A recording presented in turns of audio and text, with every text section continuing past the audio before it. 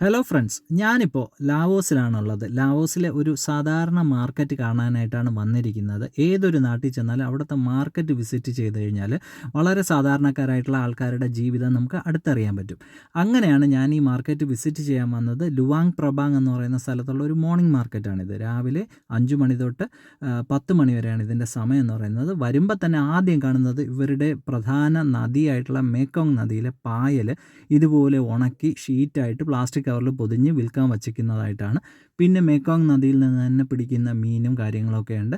അല്ലാതെ സൊവിനിയർ ആയിട്ടുള്ള സാധനങ്ങൾ, മാല അതുപോലുള്ള സാധനങ്ങളൊക്കെ നാട്ടിൽ വാങ്ങിക്കൊണ്ട് പോകണമെന്നുള്ളവർക്ക് ഉള്ള സെഷൻസ് വേറെയുണ്ട്.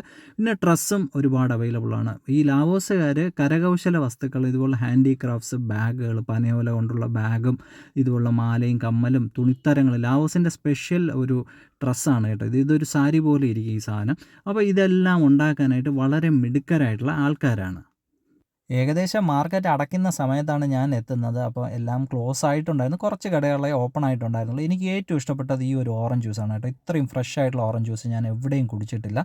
അതിനുശേഷം നമ്മൾ മറ്റ് സാധനങ്ങളൊക്കെ നോക്കാനായിട്ട് ഇറങ്ങി. അപ്പോൾ ഈ ഒരു ഐറ്റം ഇതെല്ലാം ഒരു അടിപൊളി സംഭവങ്ങളാണ്. യുണീക്കായിട്ടുള്ള കുറച്ച് സാധനങ്ങളാണ്. അതിൻ്റെ തൊട്ടിപ്പുറത്ത് ഫുഡ് കോർട്ടുണ്ട്. അതിൽ പലതരത്തിലുള്ള ചട്നികളും ഇതുപോലെ എന്തൊക്കെയോ സാധനങ്ങൾ, മസാല പോലത്തെ ഒരുപാട് ഐറ്റംസൊക്കെ ഇങ്ങനെ വച്ചിട്ടുണ്ട്. ഓപ്പൺ ഏരിയയിലാണ് കച്ചവടമെങ്കിൽ എല്ലാം നല്ല ക്ലീൻ ആയിട്ടാണ് വച്ചിരിക്കുന്നത്. ഈ കവറുകളിലൊക്കെ ഇരിക്കുന്ന പല പല ജീവികളുടെ പല പല പാർട്സാണ് കേട്ടോ.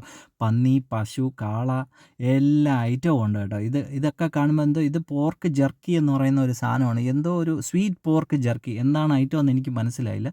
പിന്നെ ബഫലോയുടെ ഈ സ്കിന്ന് പോലത്തെ സംഭവങ്ങളൊക്കെ ഉണ്ട്. അപ്പം ഞാൻ ഒന്ന് നെറ്റിലൊക്കെ ഒന്ന് പരതി നോക്കി. ഇത് ബഫലോയുടെ സ്കിന്നാണ് കേട്ടോ. ഈ സാധനം എന്തിനാണ് യൂസ് ചെയ്യണതെന്ന് നോക്കുമ്പോഴത്തേക്കും ഇവരിത് സ്റ്റൂവിലും അതുപോലുള്ള സൂപ്പ് അതുപോലുള്ള സംഭവങ്ങളിലൊക്കെ ഒരുപാട് ചേർത്ത് കഴിക്കുന്ന ഒരു സാധനമാണ്. ചൈനയുമായിട്ടൊക്കെ ഒന്ന് ബോർഡറൊക്കെ ഷെയർ ചെയ്യുന്നതുകൊണ്ട് കുറച്ചുകൂടെയൊക്കെ ചൈനീസ് ഫുഡ് സ്റ്റൈലും ഒക്കെ ഇവിടെ വരുമെന്ന് തോന്നുന്നു. അപ്പോൾ ഏകദേശം ഐറ്റംസ് എല്ലാം ഇവർ നല്ല കാര്യമായിട്ട് കഴിക്കുന്ന ആൾക്കാരാണ്. ഡിഫറൻറ്റ് ഫുഡൊക്കെ കഴിക്കാൻ ഇഷ്ടമാണെങ്കിലും തൽക്കാലം ഞാൻ ലാവോസിൽ നിന്ന് ഇതുപോലുള്ള ഐറ്റംസ് ഒന്നും ട്രൈ ചെയ്യേണ്ടെന്ന് ഉറപ്പിച്ചു.